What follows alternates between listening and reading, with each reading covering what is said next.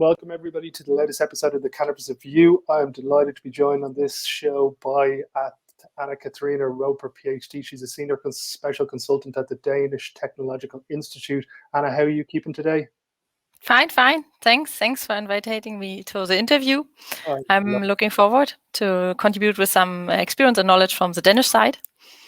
Well, that's exactly why you have you on. We're on a tour around Europe now to kind of piece together who are the players in certain territories. And for most people who mightn't understand that Denmark has a huge expertise in cultivation and propagation, new plant cultures and greenhouse technology and plant breeding and whatnot. So you're a perfect person to bring on to kind of talk about on this show. Can you maybe give everybody a little overview of how you got into the position you're in and into the medical cannabis space?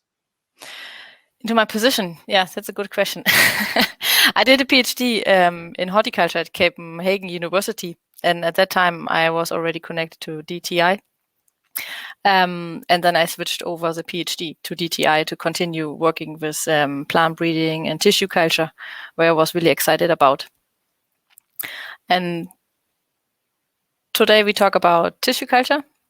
We will indeed. Yes, it's the first topic we're going to jump onto. So for most people who don't understand the cannabis tissue protocols that you guys are working on up in Denmark, can you give an overview of what a cannabis tissue protocol is and how you guys are advancing the industry in Denmark? Yes, I will. Tissue culture is really exciting. So when you look to plant propagation, you have two ways of doing it. So you have the classical one where you do cutting. So you cut a small part of a plant in a greenhouse and it has no root and you put it on a substrate like soil and then it's getting roots and it will be a new plant. But you can also use tissue culture. It's in use since the 50s. And there you take plants in a different environment, you can say. So you take greenhouse material, you make a sterilization of the surface, and then you put it in small boxes and they have some jellyish substrate in it. It's called medium. And this medium has different hormones treating the plants in the way that it's getting roots, that it's growing, that it has different behaviors. So you have completely control about the environment in this box. So that has a huge advantage because you can direct the plant in the way you want to have. For example, when you want to make mass propagation, you have a hormone combination inducing a lot of side shoots. So small plants, you can also cut again, and then you put it in a small new chamber and grow a lot of plants. And for the production, it's really important that you have the medium, the basic substrate, which has the nutritions for the plant. You have hormones who trigger the plant in the way you would like to have it. And light is also a factor because it can get stressed plants, but it can also induce something. And the temperature, of course, to introduce growth of the plant. So you have different factors like tools you can use to modify the plant behavior. And it's completely closed from the environment. So you have the possibility to trigger the plant as you like. Okay, amazing. So it's one of the things that I've noticed as well, the large-scale cultivation in Europe. Everybody seems to think that it's going to be imported mass scale from South America, but the process that you guys are coming up with would allow for a European strains and various different territories around Europe to have their own large-scale production in the medical space. Is that correct? Yeah, there's focus. There's a different approaches, and each company has their own strategy, right? But you can see overall there's a trend to investigate tissue culture because you can also have a certain quality level, because when you have them in tissue culture, you have also control about pests. For example, when you have a normal cutting, you don't know what is inside before you have not a test. So it's really nice to have the tissue culture for having pest control, but also to make a mass propagation for small space, because otherwise you need also a lot of space for production. And I think the points of the quality of the product and the time you can enlarge the production is really interesting also for the Danish industry. Okay, amazing. Denmark has a well-established framework for partnerships in research. I'm going to move on to the next topic, is the importance of collaboration. How important do you see this topic being, and the ability to share the lab results across Europe to enhance the industry over here? It's definitely important to have collaboration. And we have different collaborations. So the main collaboration is between the science and the companies. There's a long history that you collaborate together. So like a classical university has research projects with a company. And for our institute, from the Danish Technological Institute, as a GTS institute, we have the role to support the industry. We have a classical a team of university for the basic research. We have us for the applied research, bringing the knowledge to the industry, and the industry partner who's interested in the results. And that is really well supported.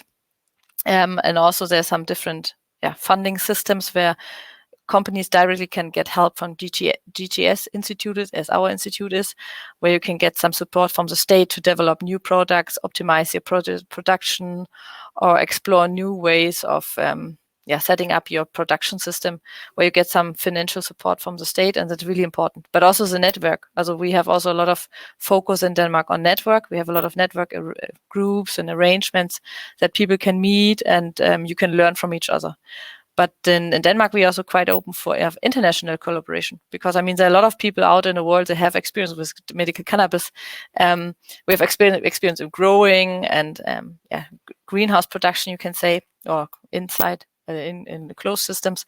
But it's also important to get some knowledge about the plant itself, and then it's really nicely to see that there are also collaboration with abroad, where countries that have experience with medical cannabis can give some insight, because I think we have the view on things that we don't need to invest everything by ourselves if it's already out there.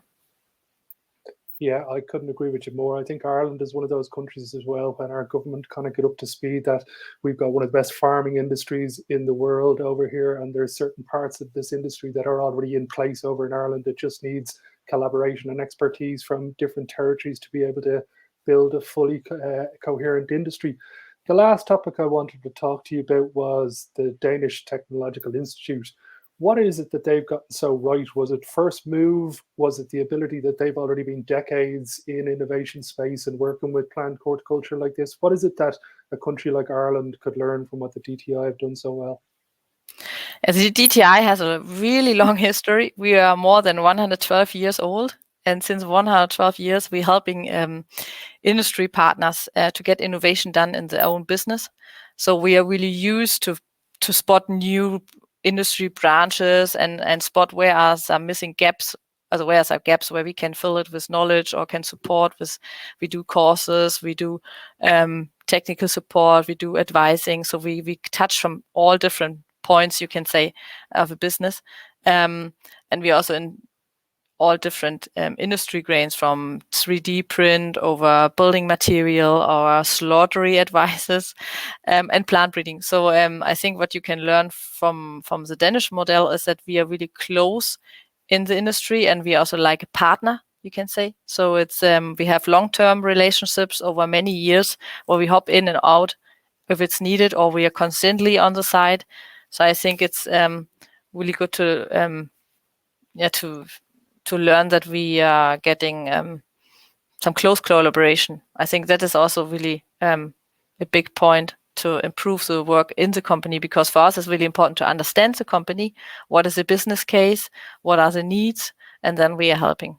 So that's also nice when they come back, then we can reactivate that, and then we can help further on. Okay, so it seems we've talked to guys in Malta already, and it seems the Malta Enterprise Board are the people in Malta who are doing the investing for the technological companies in the cannabis space. So the equivalent of that in Denmark is the DTI, is it? Or is there another enterprise board that would assist in investment? Or does the cannabis industry all fall within the DTI's realm over in Denmark? Also the DTI, I'm not sure if I got the question. Is there a different government body that works within the cannabis industry in Denmark, or is it just the Danish Technological Institute? Okay, yeah. The Danish Technological Institute is a private research institute, you can see, where you can also get some consultant. So we have two phases, you can say. And in Denmark, you need to have a license. Everyone needs to have a license. And we were one of the first ones. So we could already start and do some tissue culture and do some experiments, because we were allowed to handle with plants. And we have also the applied focus. So universities have also access. Some of them, I think the final goal will be that all of them have access. But there's a different focus on doing research, doing publications, and our institute is focusing on the industrial need and what is the focus of the company. So that there's a time and that we can already start with developing protocols and make some strategy plans how you could support this industry. And we also am holding the now annual Medical Cannabis Symposium, which is again in the 8th of November, together with Invest in Denmark, where we really looking forward again to collecting the whole medical cannabis industry. So we're covering the whole value chain from patient over product development over to the plant materials, the resource for everything, where we have talks about breeding, how you produce plants in the future. This time is also partnership is a big topic of collaboration, because we would like to enhance interdisciplinary research that we can see in some countries. Denmark can learn something where we have project with doctors and plant producers, because sometimes the plant product is already the end product you can get to the patient. So that would be really valuable to have some closer collaboration.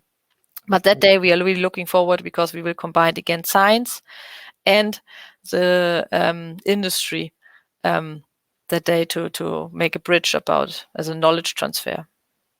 Yeah, I think there's still definitely gaps in the knowledge. I think everybody would be able to agree with that, and it's how quickly we advance those gaps and close them and learn as much as we can.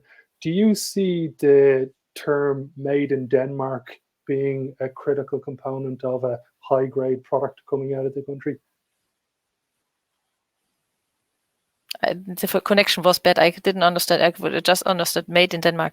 Yeah, so we've noticed basically some of the territories that are processing products for the medical cannabis industry, that "made in Malta" or "made in Denmark" seems to be a tag or a slogan that will certify an excellent product. Are you noticing that in Denmark yourself? Is that something is being talked about? Yeah, definitely. Also "made in Denmark." I mean, in Denmark we have a long history of pharma products. We have huge companies producing pharma medicine. So we can see there's a huge tradition, and this tradition has also value, and we have really strict lines. So when you get a product made in Denmark, it has always a high quality. So it was not only medical cannabis, which is new now. We have a lot of designers of furniture, for example. They have a huge quality. We have the pharma industry with products which have since many years, decades, products on high level. So the cannabis can definitely be in the same niveau when you saw "made in Denmark." So you can see that as a selling point. Okay, amazing. It's been highly informative talking to you and learning all about the Danish side of the industry from your perspective. Thank you very much for joining the show, and I hope we get to talk again in the near future. Yeah, thank you. And everyone is welcomed for our international symposium, where we say welcome online and physical on the 8th of November. 8th of November, and is there a website for that? I'll put it out on the link with the show. Yeah, I will send you the link. You send me over. I'll put all the details for everybody to check in the description below. So thanks again very much, Anna-Catharina. You have a great day, and we'll chat to you again very soon. Yeah, thank you. Have a nice day. Bye-bye. Bye-bye.